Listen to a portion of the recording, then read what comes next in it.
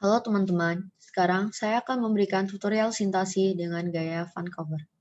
Saya Wulanda Izmira Dinata dari Fakultas Kedokteran, Prodi Kedokteran Universitas Airlangga, dari kelas A2 dengan NIM 012011133131.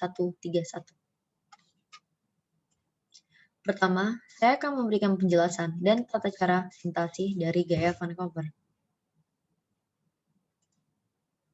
Nama Vancouver diambil karena sistem ini merupakan hasil dari pertemuan yang dilaksanakan di Vancouver, British Columbia, Kanada pada tahun 1979 yang merupakan cikal bakal berdirinya ICMGE, International Committee of Medical Journal Editors.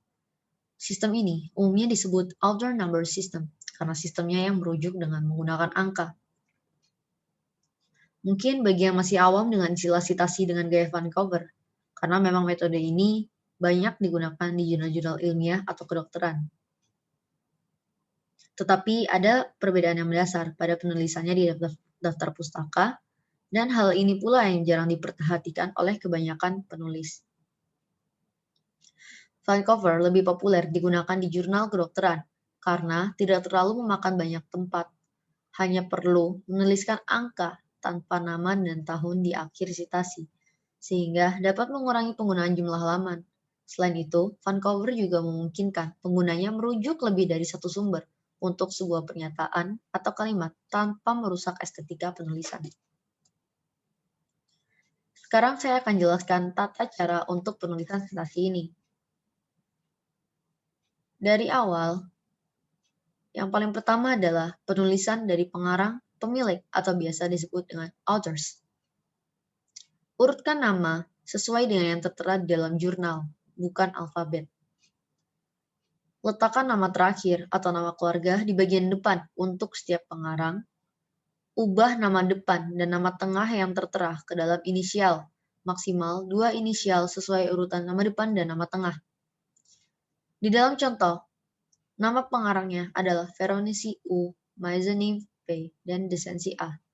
Veronesi, Maisonneuve, dan Decency adalah last name dari para pengarang, dan U singkatan dari U, P, dan A adalah nama depan mereka. Saya akan memberikan contoh di luar dari contoh yang telah saya letakkan di layar. Apabila nama pengarangnya adalah Wulanda Izmira Dinata, maka penulisannya adalah Riyadinata W.I. Gunakan koma dan spasi untuk membedakan nama pengarang yang satu dengan yang lainnya. Jika halaman merupakan suatu pertimbangan dan jumlah pengarang cukup banyak, penulisannya adalah 3 pengarang pertama atau 6 pengarang pertama. Jika lebih, nama pengarang terakhir diikuti dengan koma dan spasi, kemudian berikan keterangan et al. Atau and others. Hilangkan jabatan, pangkat, titel, atau tanda kehormatan lainnya yang mengikuti nama pengarang. Jika organisasi adalah pemilik dari artikel atau jurnal, maka ikuti ketentuan. Hilangkan kata "the" dalam menggunakan nama organisasi. Sebagai contoh, apabila namanya adalah The Medicine, maka tulis hanya Medicine. Jika dalam publikasi disertakan divisi organisasi yang bersangkutan, masukkan divisi tersebut setelah nama organisasi dan dipisahkan dengan koma. Jika ada lebih dari 2 divisi, pisahkan dengan titik koma. Jika tidak dapat ditemukan baik nama pengarang, nama pemilik, editor, atau translator, mulailah dengan judul dari artikel tersebut. Jangan menggunakan anonimus. Kemudian yang kedua adalah judul tulisan atau judul artikel. Dalam contoh, judul artikelnya adalah Tamoxifen and Enduring Stunt. Masukkan judul artikel sesuai dengan yang tertera dalam jurnal atau publikasi. Kapitalkan hanya huruf pertama dari kata pertama dalam judul. Tamoxifen, maka yang kita kapitalkan hanya huruf T-nya saja. Gunakan titik 2 diikuti dengan spasi untuk memisahkan judul dengan subjudul.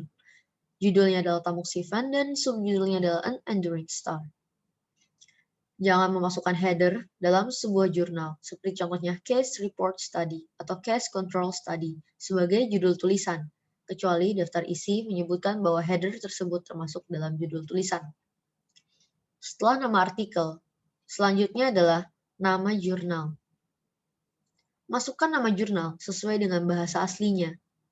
Gunakan abreviasi atau singkatan nama jurnal yang telah disepakati secara internasional. Gunakan abreviasi yang sesuai untuk bahasa Inggris pada umumnya, dan kapitalkan huruf pertamanya. Hilangkan kata articles, kata hubung, dan preposisi seperti of, t, at, dan sebagainya. Bisa melihat daftar susunan yang ditetapkan oleh beberapa publikasi seperti Medline, PubMed, dan sebagainya.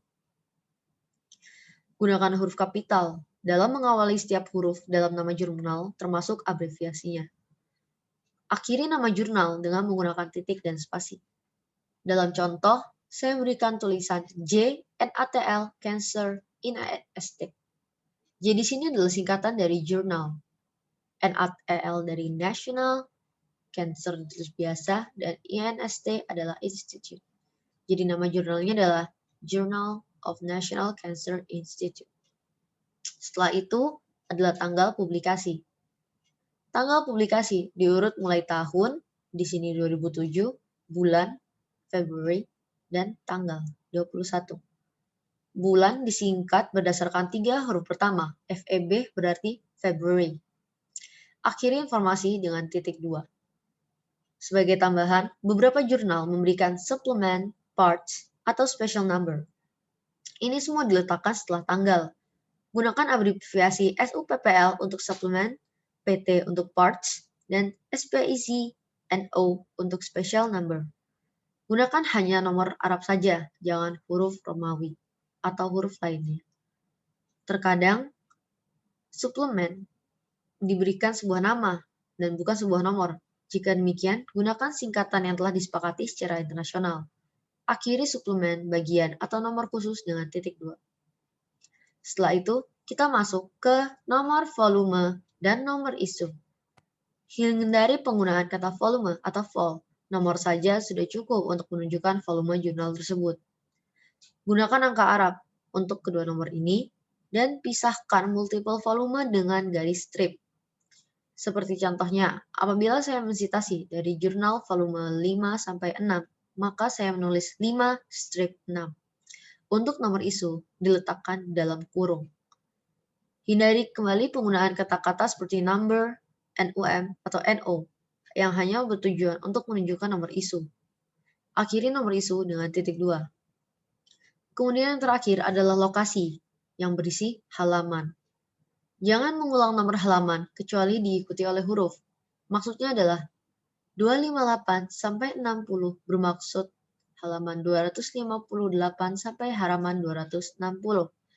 Akhiri lokasi atau halaman dengan menggunakan titik.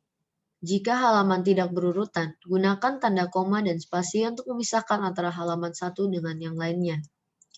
Jika dalam satu jurnal tidak disertakan halaman, maka tulislah jumlah halaman yang dikutip. Misalkan mengutip 5 halaman, maka tulislah 5P. Letakkan jumlah halaman ini dalam kurung kotak. Kemudian di sini saya juga akan memberikan tutorial tambahan tentang bagaimana cara mensintasi menggunakan fitur Google Scholar dan Microsoft Word. Yang pertama, buka peramban apa saja yang Anda pilih. Peramban atau web browser itu bisa berupa Chrome, Safari, Mozilla Firefox, atau apapun yang Anda pilih. Setelah membuka peramban yang Anda pilih, di sini saya memilih Google Chrome. Ketikkan pada laman pencarian halaman dari Google Chrome itu sendiri, yaitu scholar.google.com. Setelah terbuka halaman seperti ini, masukkan materi dari jurnal yang ingin Anda citasi. Di sini saya akan memakai contoh COVID-19. Setelah terbuka seperti ini, buka jurnal dengan mengklik judul jurnal yang tertera pada laman pencarian Google. Setelah itu, copy bagian mana atau paragraf atau kalimat yang ingin Anda citasi. Kemudian, jika telah Anda pindahkan mana bagian yang Anda ingin masukkan file tersebut ke dalam catatan Anda. Kemudian, untuk mengambil hasil citasi, Anda bisa mengklik tombol di bawah ini dan memilih jenis citasi apa yang Anda pilih. Di sini saya akan memilih Vancouver. Kemudian, buka Microsoft Word yang Anda punya. Setelah itu, pindahkan kalimat yang ingin Anda sitasi ke dalam file Microsoft Word Anda. Di sini, saya memilih paragraf ini untuk saya sitasi dalam laporan saya buat. Setelah itu, Anda perlu mengklik tombol References, kemudian Insert Footnote. Setelah itu, secara otomatis, maka akan tersedia tempat untuk meletakkan judul atau hasil sitasi Anda tadi. Yang perlu Anda lakukan adalah paste-nya saja. Nah, seperti itu. Maka Anda telah melakukan sitasi Vancouver dengan cepat dan mudah. Selain cara tadi, saya akan membagikan info bermanfaat berupa adanya dua aplikasi ini, yaitu Mendeley dan Zotero, untuk mempermudah Anda dalam melakukan sintasi otomatis. Sekian dan terima kasih. Apabila ada pertanyaan, saran maupun kritikan, silakan berkomentar ya.